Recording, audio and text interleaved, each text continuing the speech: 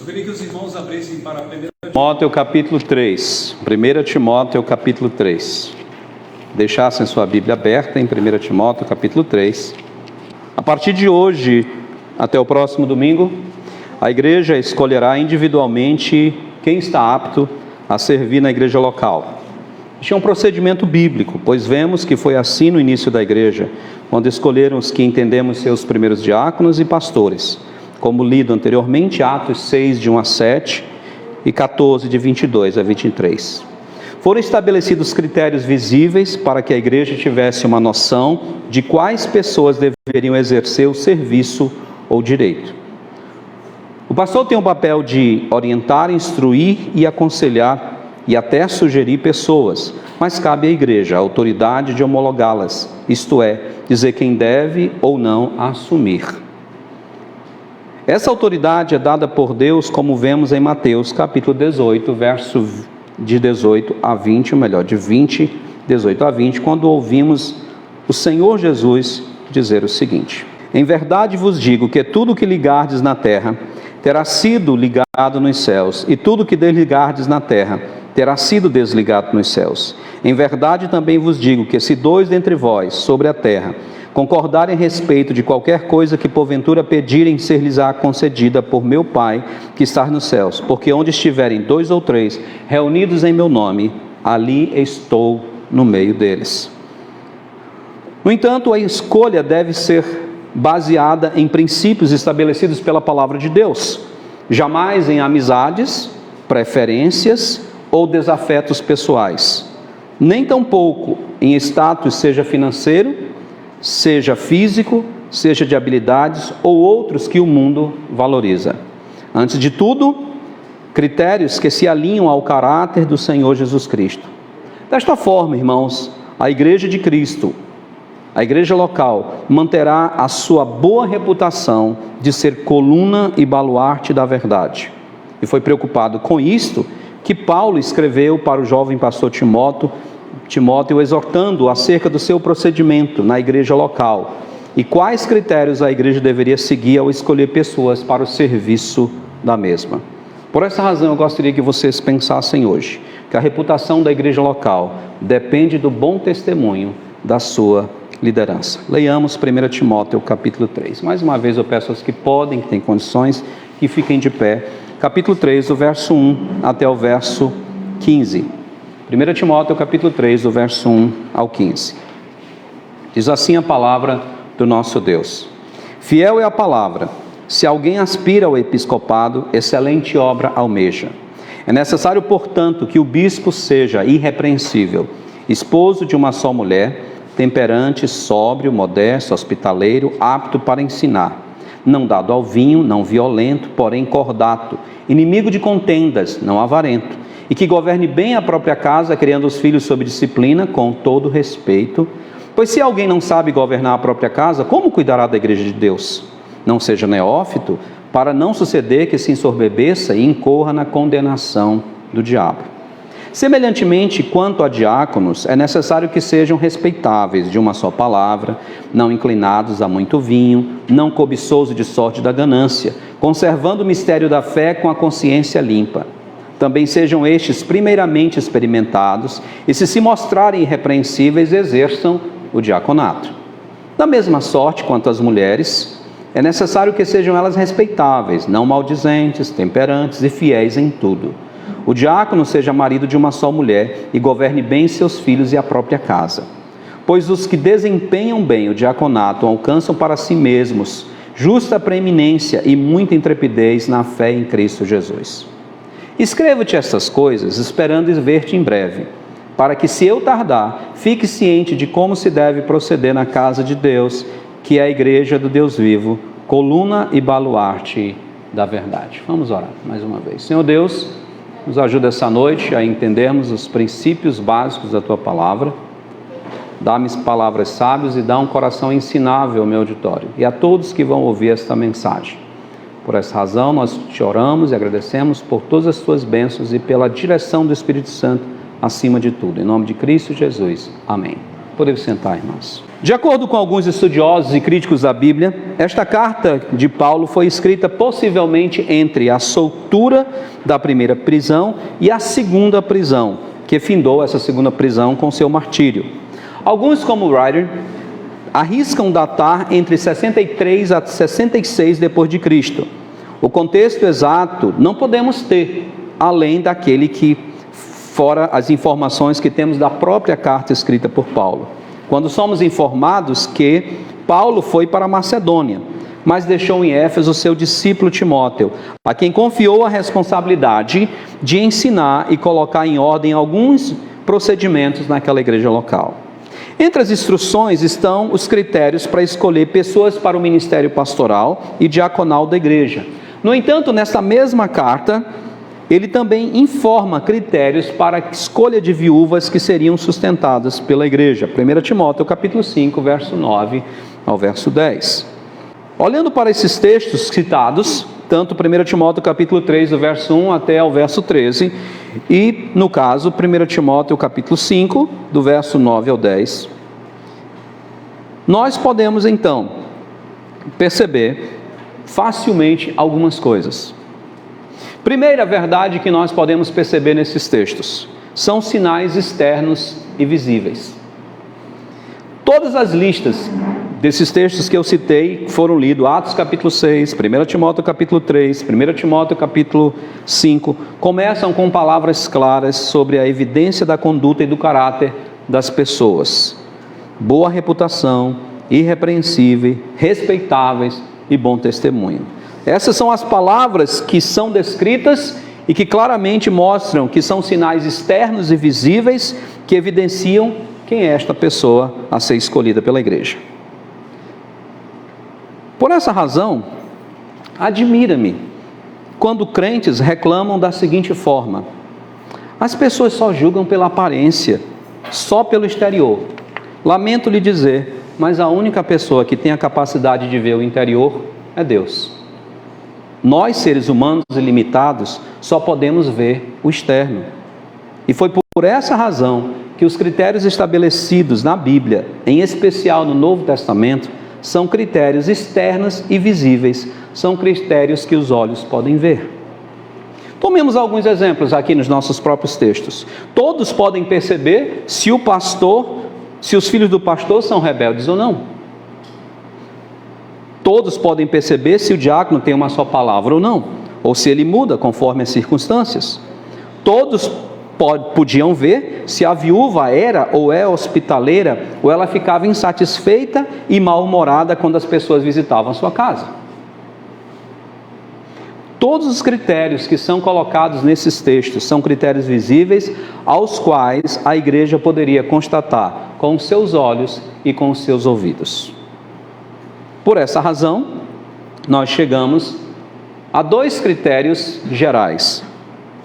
Primeiro, nós precisamos entender que quando Paulo, inspirado pelo Espírito Santo, coloca esses critérios, primeiramente são sinais visíveis dentro da igreja. Quando olhamos para as exigências do Novo Testamento aos líderes, percebemos claramente que é necessário que eles sejam fiéis. 1 Coríntios capítulo 4, verso 2 diz o seguinte. 1 Coríntios capítulo 4, verso 2. Verso 1 e 2. Assim, pois, importa que os homens nos considerem como ministros de Cristo e despenseiros dos mistérios de Deus. Ora, além disso, o que se requer dos despenseiros é que cada um deles seja encontrado fiel. Pense bem, seu comportamento dentro da igreja local deve conceder-lhe respeito por ter responsabilidade, dedicação e consagração naquilo que faz. Responsabilidade por quê? Porque você deve ser uma pessoa que a igreja pode contar e não simplesmente ocorrer o caso da igreja muitas vezes ficar a ver navios ou sem orientação porque a pessoa que deveria fazer o que tinha que fazer não fez. Segundo, dedicação. Todo e qualquer trabalho precisa de aprimoramento e quem não se dedica não se aprimora, fica sempre na mesmice. Por último, consagração, porque esse trabalho não é simplesmente um trabalho profissional, mas é um trabalho espiritual. É um trabalho que precisa que aquele que exerça esse trabalho consagre a sua vida ou será simplesmente uma desgraça para o que está fazendo e para o resultado final da igreja local. O que nós precisamos entender é que também, dentro da igreja, seu relacionamento com os demais irmãos e membros da equipe, bem como seu comportamento para com a liderança da igreja, visivelmente devem ser de amor para com os irmãos, de harmonia para com a equipe, de cooperação para que todos possam se ajudar e de submissão, uma vez que buscamos a vontade de Deus acima de tudo. A igreja deve sempre lembrar, nas suas escolhas, o princípio da proporção avaliativa. O que eu chamo de proporção avaliativa? Comecemos com Mateus 25 e 21. Mateus 25 e 21, nessa parábola, diz assim: Disse-lhe o Senhor: Muito bem, servo bom e fiel. Foste fiel no pouco, sobre o muito te colocarei. Entra no gozo do teu Senhor. Acompanhe também a leitura de Lucas 16 e 10. Quem é fiel no pouco, é fiel no muito, também é fiel no muito. E quem é injusto no pouco, também é injusto no muito. Esse é o princípio bíblico da avaliação da proporcionalidade. Não existe essa história de, se eu tiver algo mais para fazer, eu vou ser melhor. O membro deve ser fiel à igreja, pelo menos em frequentá-la. Pelo menos em frequentá-la. É o mínimo que ele pode fazer pela igreja. Como fará melhor isso, se o mínimo ele não consegue fazer? O que eu tenho ensinado a esses quase 19 anos na igreja, e sempre eu topo de vez em quando com uma ideia diferente, é que, pela Bíblia, eu entendo que primeiro vem a responsabilidade e depois a oportunidade. Ninguém dá cargo para alguém melhorar na igreja. A pessoa recebe a oportunidade da igreja porque tem melhorado na sua vida. É assim que eu vejo a Bíblia ensinar. Eu não vejo outra metodologia, eu não vejo outra forma. Porque esse é o princípio da proporcionalidade. Quem é fiel no pouco, também é fiel no muito. As mínimas tarefas que nos dão, nos credenciam a maiores. E aqui eu gostaria de relembrar à igreja 4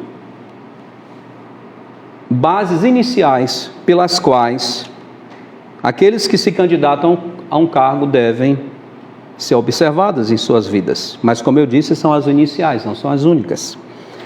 São 4: responsabilidade, assiduidade, liberalidade e, por fim, a moralidade.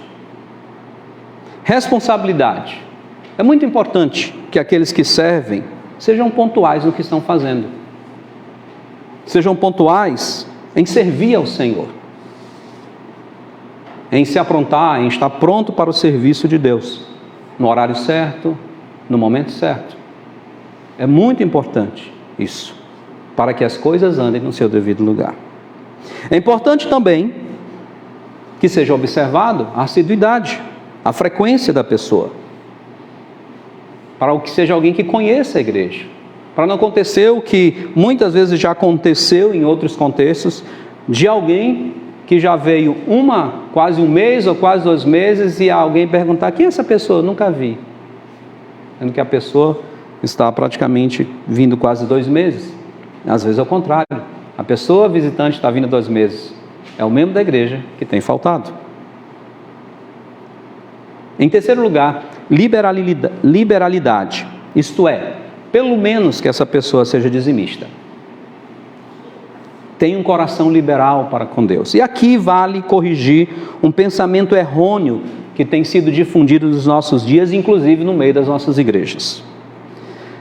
Principalmente propagado e pregado por muitos desses pregadores e gurus da internet.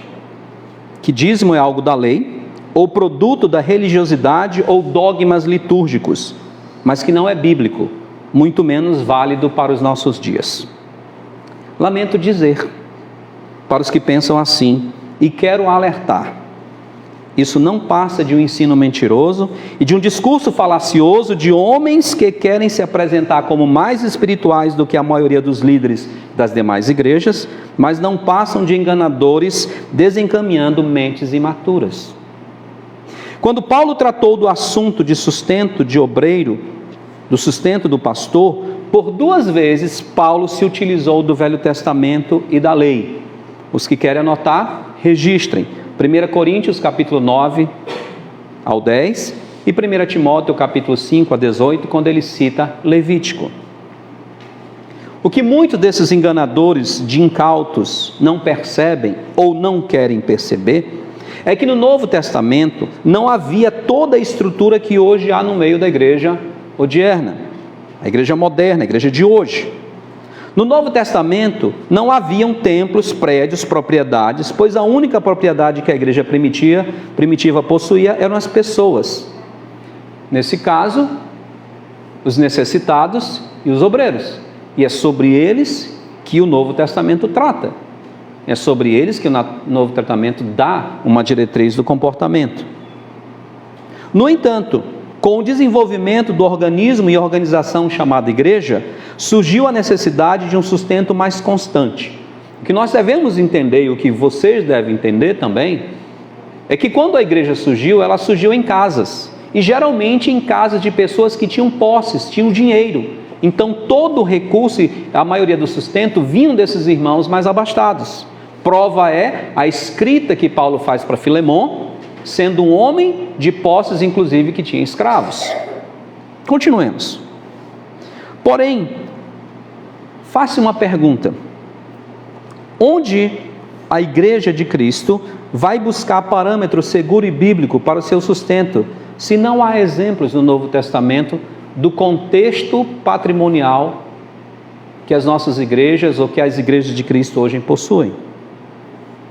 Seguramente nós devemos fazer como fez Paulo, voltar para o Antigo Testamento, onde existiam estruturas parecidas.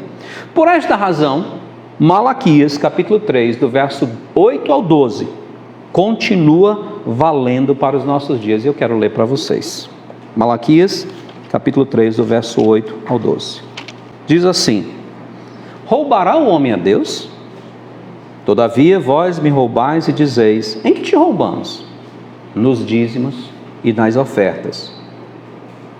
Com maldição sois amaldiçoados, porque a mim me roubais, vós, a nação toda. Trazei todos os dízimos à casa do tesouro, para que haja mantimento na minha casa. E provai-me nisso, diz o Senhor dos Exércitos, se eu não abrir as janelas dos céus e não derramar sobre vós bênçãos sem medida. Por vossa causa repreenderei o devorador, para que não vos consuma o fruto da terra. A vossa vide no campo não será estéril, diz o Senhor dos Exércitos. Todas as nações vos chamarão felizes, porque vós sereis uma terra deleitosa, diz o Senhor dos Exércitos. Esse texto continua valendo nos nossos dias. Tanto as bênçãos quanto as maldições. E aí talvez algum desses pregadores de plantão me diga: mas isso, se você pensar, naquele tempo trazia uma ovelha, um sacrifício para o holocausto, e hoje ninguém tem mais isso, Jesus Cristo anulou, é verdade. No entanto, esse não é o contexto que ele está dizendo. Ele está dizendo que essas ofertas sustentavam a casa de Deus. E eu devo explicar por quê.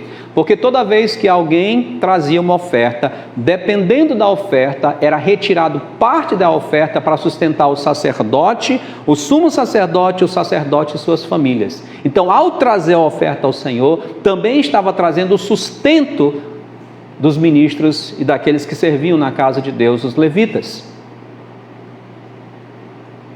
E essa verdade continua. E quando é escrito Malaquias, o contexto já é de templo, já é de prédio. O prédio precisava ser conservado, o prédio tinha uma necessidade de ser conservado.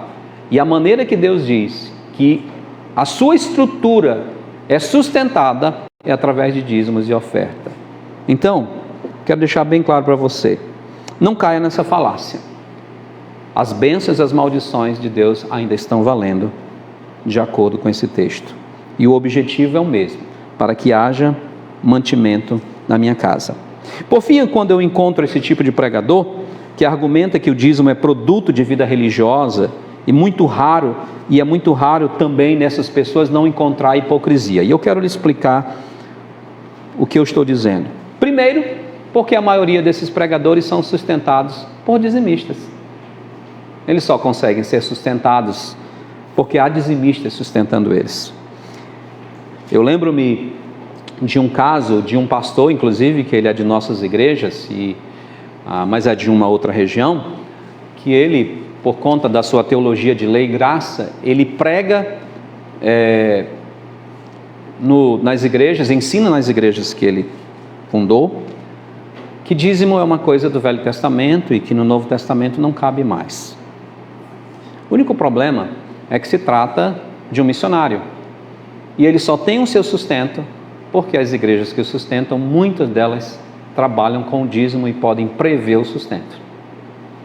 Mas para ficar mais claro o que eu estou dizendo, quando esse missionário saiu dessa igreja que ele fundou, com essa filosofia de que cada um contribui segundo propõe o coração, e colocou um pastor brasileiro, o pastor brasileiro passou necessidade, porque nunca se podia prever as entradas da igreja, porque cada um contribua segundo tiver proposto no coração. Mas a graça nunca era abundante. Então, por isso, muitas vezes eu vejo muita hipocrisia. E então, geralmente, quando encontro esse tipo de pregador, eu pergunto: então qual é o percentual da graça? E eles abrem os olhos para mim como se nunca tivessem ouvido tal coisa. E de prontidão, geralmente me sinto ao 2 Coríntios capítulo 9, verso 7, onde diz, 7, 9, quando diz, cada um contribua segundo tiver proposto no coração, não com tristeza ou por necessidade, porque Deus ama quem dá com alegria. E aí eu digo, mas a Bíblia, o Novo Testamento, estabelece um percentual na graça. Há um percentual estabelecido na graça. E através, então, dos textos da Palavra de Deus, eu vou mostrando, a partir de Atos, a partir até mesmo dos Evangelhos, que o percentual na graça é 100%. O dízimo realmente está extinto do Antigo Testamento como parâmetro. Na graça é 100%. E obviamente eu já ouvi pessoas dizer, se for assim ninguém sobrevive. Eu digo, concordo. Todo mundo der seu salário todo mês integral não vai viver. Então, eu gosto da frase que não é minha. Quanto o crente da graça deve dar? Pelo menos o que o crente na lei era obrigado. E isso ele não está fazendo mais nada do que a sua obrigação. Só apenas o seu dever. O crente na graça contribui muito mais, mas não menos.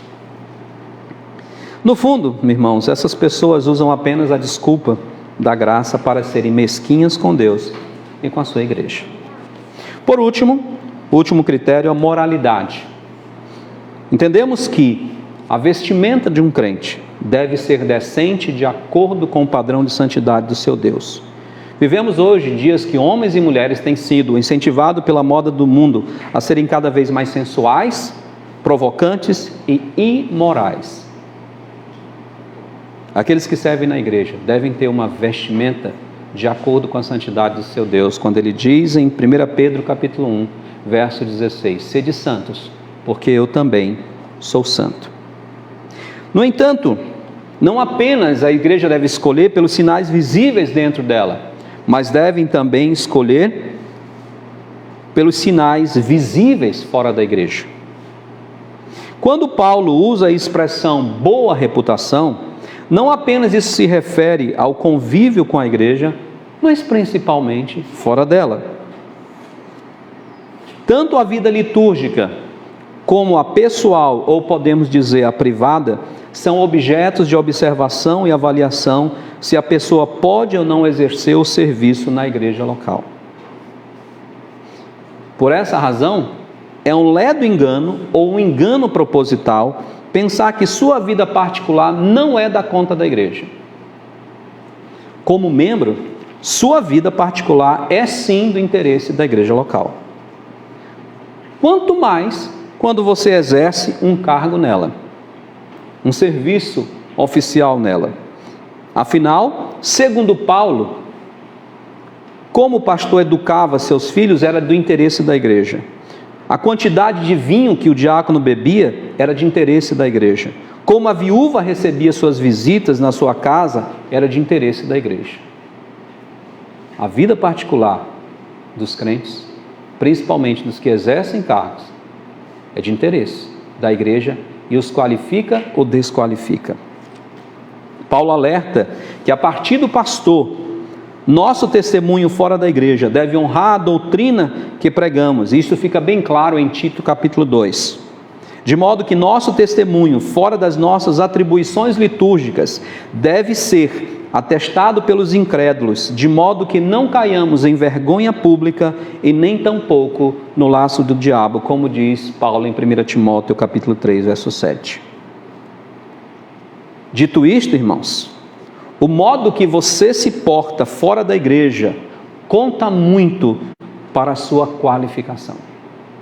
Sua diversão, sua conduta, suas postagens nas redes sociais, suas amizades, sua linguagem, sua vestimenta, seu profissionalismo, seu relacionamento amoroso. Quando eu falo seu profissionalismo, eu estou dizendo se você é um bom ou péssimo profissional, se você é alguém que realmente é de confiança no seu trabalho, seu relacionamento amoroso, de namoro, seu relacionamento familiar, como você trata sua esposa, como você trata seu marido, como você trata seus filhos, como você trata seus pais, sua responsabilidade, seu relacionamento comunicatório, como é que você é como vizinho, como é que você é na sua redondeza, seu relacionamento financeiro, como você faz os seus negócios, que tipo de negócios você faz, sua responsabilidade acadêmica, se você é um bom aluno ou é péssimo, só tira notas baixas, sua responsabilidade profissional, se você é alguém que pelo menos tem coragem de trabalhar, principalmente falando-se de homem, e tantas outras convivências que a vida comum nos proporciona. Sim, elas determinam nossa qualificação para o serviço da igreja local. Talvez depois de tudo isso você me pergunte: para que tudo isso, pastor? Por que tudo isso? É Paulo que também dá a resposta para nós. Quando no capítulo 3, do verso 14 e 15, ele nos diz o seguinte, 1 Timóteo 3, 14 e 15. Escrevo-te essas coisas, esperando ir ver-te em breve, para que, se eu tardar, fique ciente de como se deve proceder na casa de Deus, que é a igreja do Deus vivo, coluna e baluarte da verdade. Primeira resposta dada por Paulo é: a igreja não é nossa, a igreja é de Deus. Obrigado. Quando nós queremos e pensamos em agir da forma que queremos, do jeito que queremos, dentro ou fora da igreja, nós estamos dizendo dentro de nós mesmos: a igreja é minha, a igreja é nossa. E eu deixo ilustrar isso para vocês de uma maneira bem simples. Vou pegar aqui a família do irmão Francisco e a irmã Lúcia como exemplo. Eles têm lá uma quantidade quase igual à nossa. Digamos que eu chego um dia na sala da irmã Lúcia e olho assim e digo: já sei, tem uma coisa que pode ajudar aqui. Aí eu pego, coloco um armário e vou em todos os quartos e coloco os sapatos de todo mundo ali na entrada. E chego: irmã Lúcia, já resolvi um problema da sua casa. A partir de agora, vocês vai ser fácil. Só chegou, coloca, saiu, tira. Ela vai dizer: eu acho que o pastor está pensando que a casa é dele. Pois é assim mesmo. Quando eu faço na igreja o que eu quero, como eu quero, quando eu quero, e fora dela também, porque eu gosto, porque eu quero, o que eu estou dizendo? A casa é minha, ela não é de Deus. Quando Paulo estabelece os princípios bíblicos, ele deixa bem claro qual é o motivo. A casa não é nossa, a casa é de Deus. Segunda resposta que Paulo nos dá: por que tudo isso é necessário? Porque além da casa ser de Deus, a igreja é a coluna e baluarte da verdade.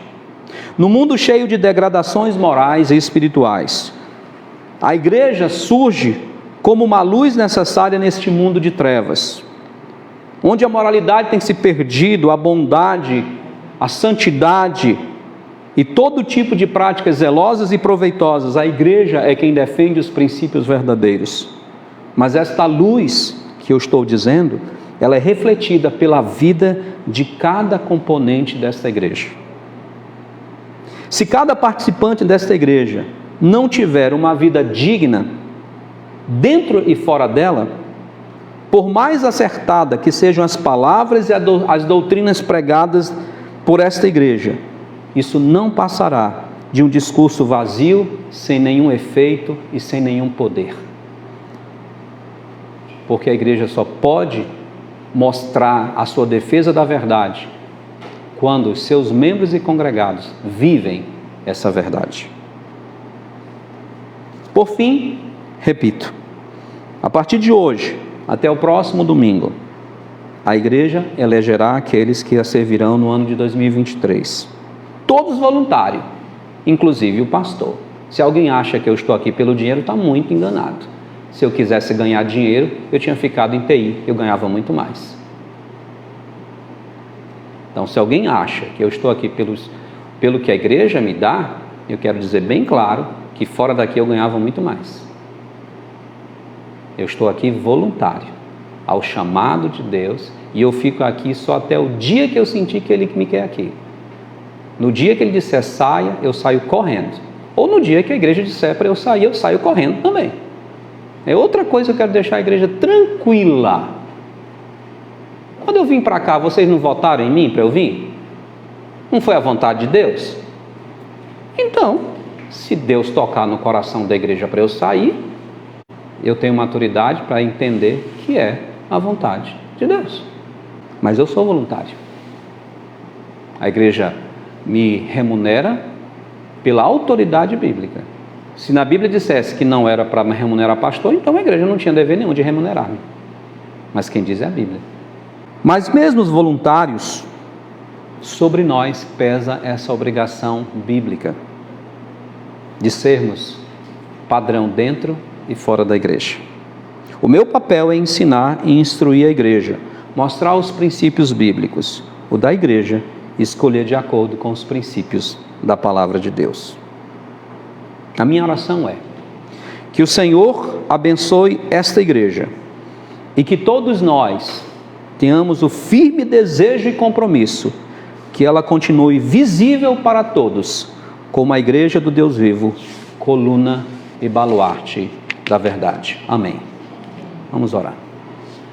Senhor amado Pai, somos gratos por essa noite e nós pedimos que o Senhor nos ajude a primeiro olharmos para dentro de nós mesmos e depois olharmos para a Tua Palavra, nos moldarmos a verdade da Tua Palavra. Nós pedimos que o Senhor nos oriente cada dia mais a fazermos a Tua vontade. Pedimos que o Senhor nos proteja de todo mal e que o Senhor sempre conduza pastor e ovelhas de uma forma santa e de uma forma que cada vez mais voluntariamente estejamos nos aproximando do Senhor e nos tornando mais semelhantes a Cristo Jesus. Ajuda-nos hoje à noite em tudo, para que a Tua vontade seja sempre feita em nosso meio. Em nome de Cristo Jesus oramos. Amém.